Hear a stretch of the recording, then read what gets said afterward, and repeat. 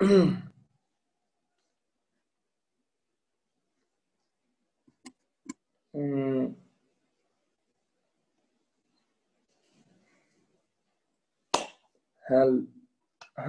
everyone. Okay, so today that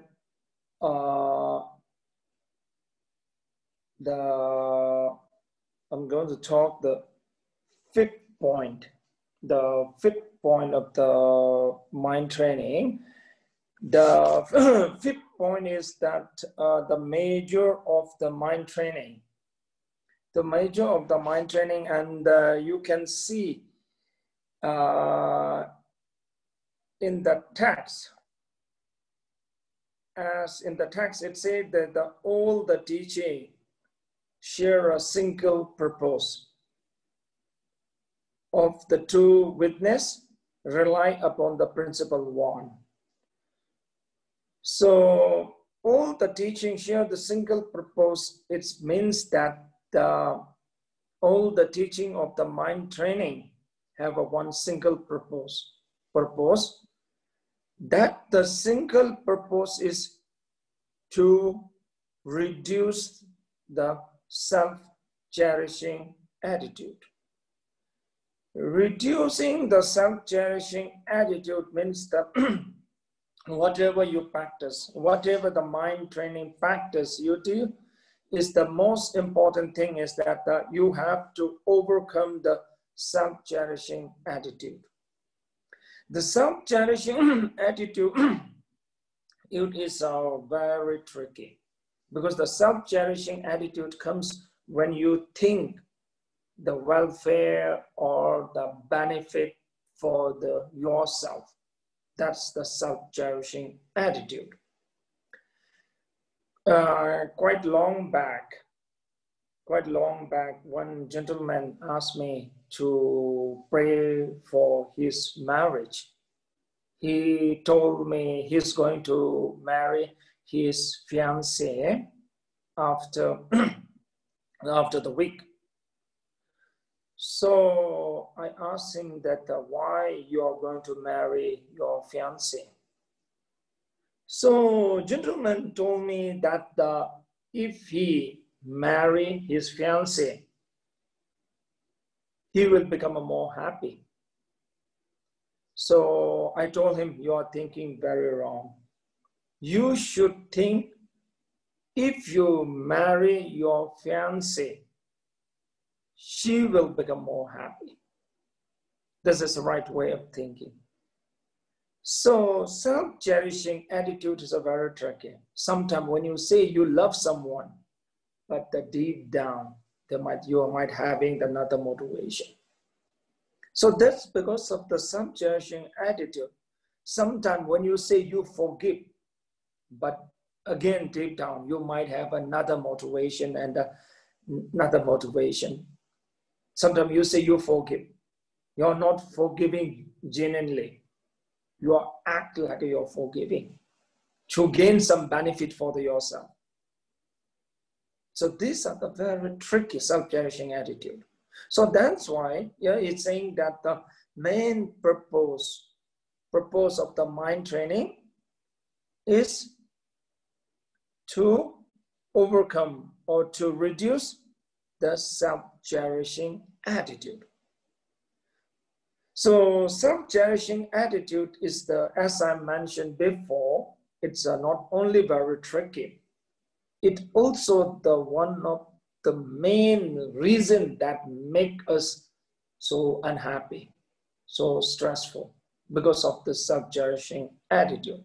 Because when you are having a self-cherishing attitude, so you pay too much attention for the self.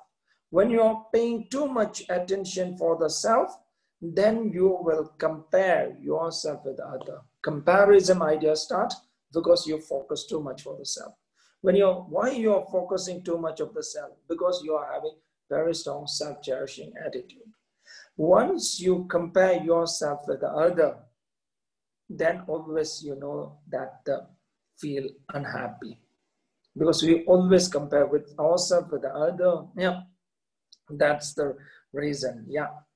So these one person, and he invited his relative of the ceremony of his new house in that village.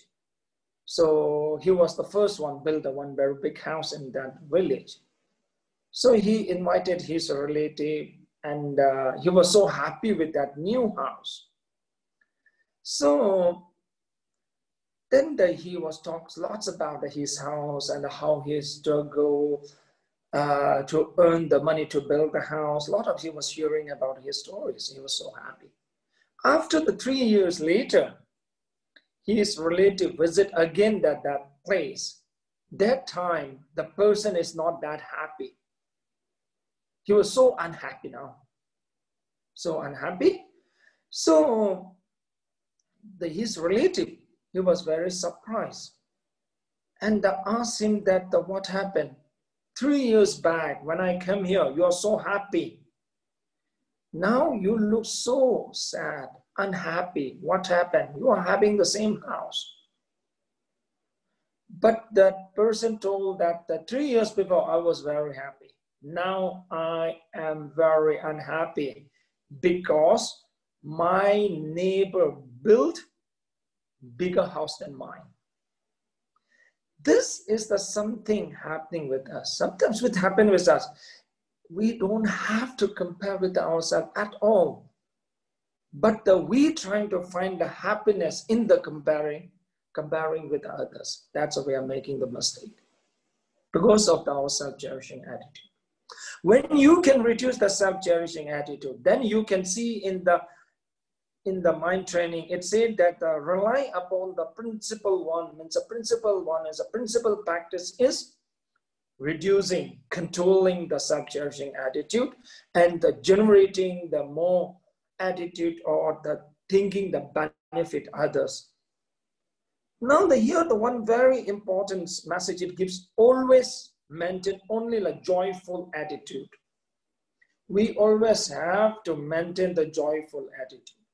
Joyful attitude is the one thing that you can become the happy. You don't need to reason to become happy.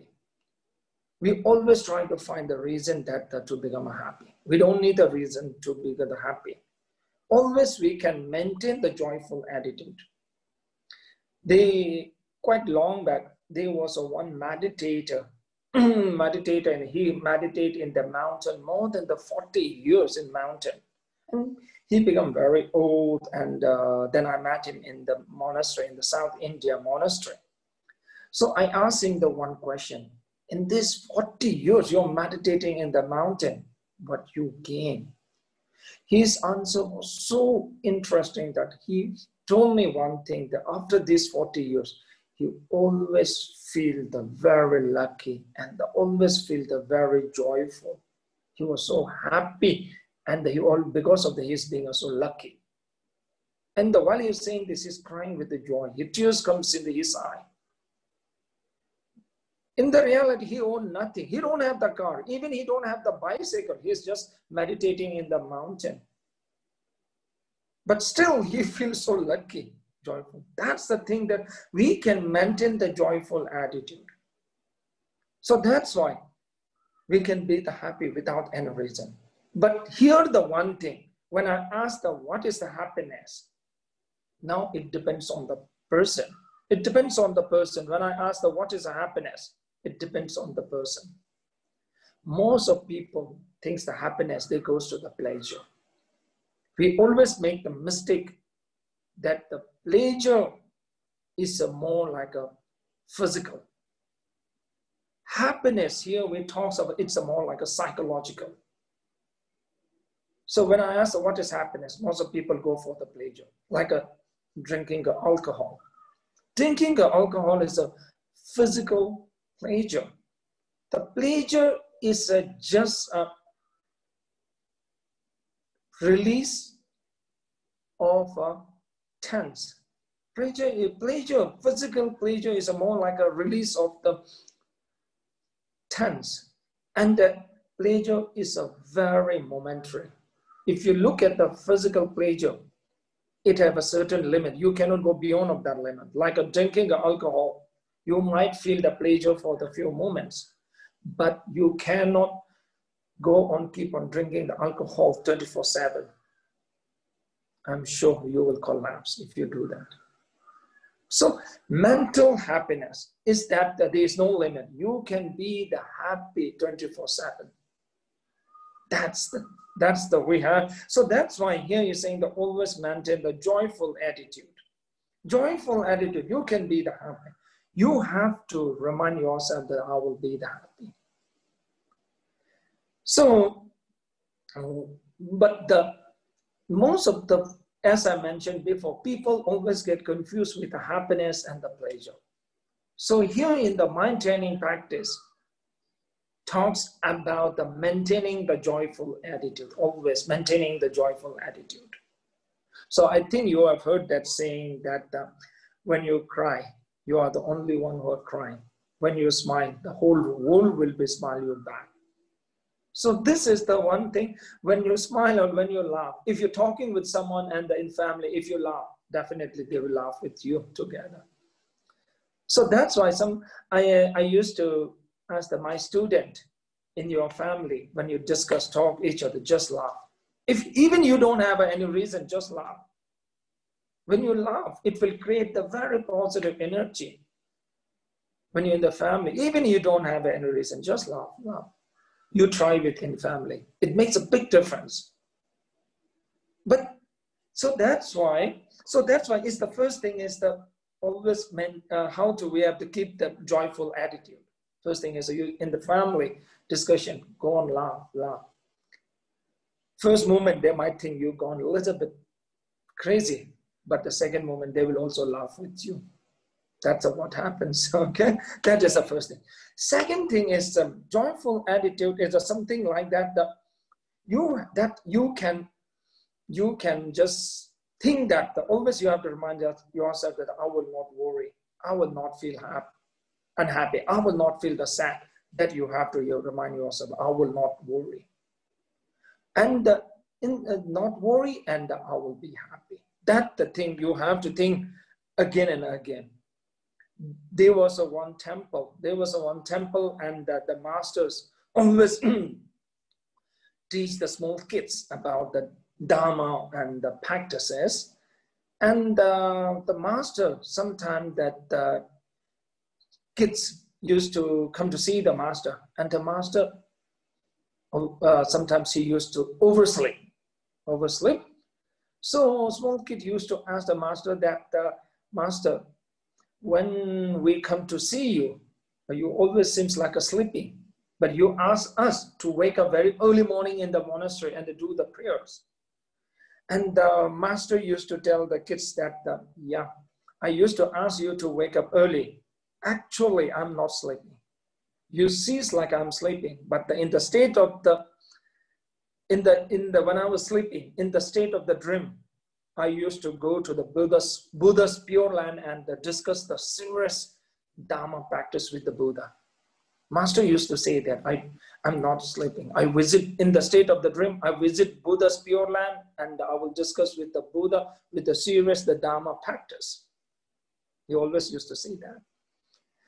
So one time, one small kid in the monastery told the master that last night, I found some very precious jewel in the monastery courtyard.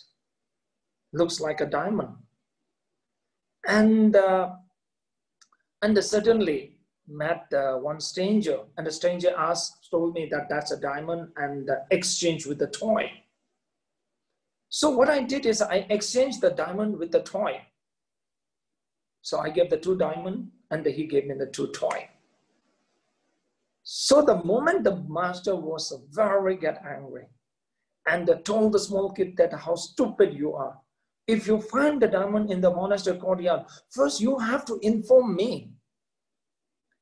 Then the small kid told that, yeah, actually, I informed your assistant I informed your assistant and I told your assistant I want to talk with you, my master, about the diamond. But your assistant told me that you went to the Buddha's Pure Land to discuss the series of the Dharma issues. So this is something that what the story is, something that sometimes this is something like that. When you are very happy, the beginning levels of the happiness, it's again the momentary. You cannot be happy all the day. But the one thing you should know that when you're keeping the joyful attitude, it is really like a practice, like learning the riding the bicycle. First, you will get on the bicycle, you might fall down, you will get on the bicycle, and you might fall down. Then later on, you can be on the bicycle very long duration. So same thing, the maintaining the joyful attitude is first time when you start to practice, you can maintain the joyful attitude only few minutes, then maybe hours. Then you can maybe keep the whole day very joyful attitude. But the person, if you look at a very depressed person, they will be happy. Oh, sorry, depressed person, they will be unhappy all the time. All the time. They are not born like that. They make themselves unhappy whole day. They make it. So we can make ourselves happy all day. So you don't need any proper reason to become happy. Okay? So that's why it keeps the joyful, maintain the joyful attitude. For that, first yourself, you have to tell that I will not worry today. I will be happy today. I will keep the joyful attitude. That you have to remind yourself the second thing, okay? Third thing is that as you see that whenever you feel stress or the unhappy or the whatever, look down deeply, you look it down. It is very much related with the self-cherishing attitude. Very much related with the ego, very much. Once you drop that self-cherishing attitude or ego, then the bliss will be started shower. So that's why. So in the mind training, as you say, now if you see the mind training practice, it shows the very importance of the reducing the ego, reducing the self-cherishing attitude. For that, third point is thinking the benefit for the others. Thinking the benefit means that you can start thinking the benefit for your family members, your friends, even very small things, benefiting. Even when you smile to them, that's also benefiting them. Very small, looks small. Or you can do something whatever you can. Yeah. So even sending the short messages for them. So that's also benefiting, no? So to your family members that you care or you love, or sending the short messages or yeah. So sometimes that in this 21st century, we are connected with the whole world, but still we are not really connected with our family and the friends. We are connected the whole world with this on the internet, very fake virtual world we are connected. We are very lost in our own world, but still we feel that we are connected with everyone. So that's why it's very important to sharing the message and the talking with especially with your family members and the friends. Okay? Okay, thank you so much. Today we'll stop here, okay? Thank you. Thank you so much. Thank you.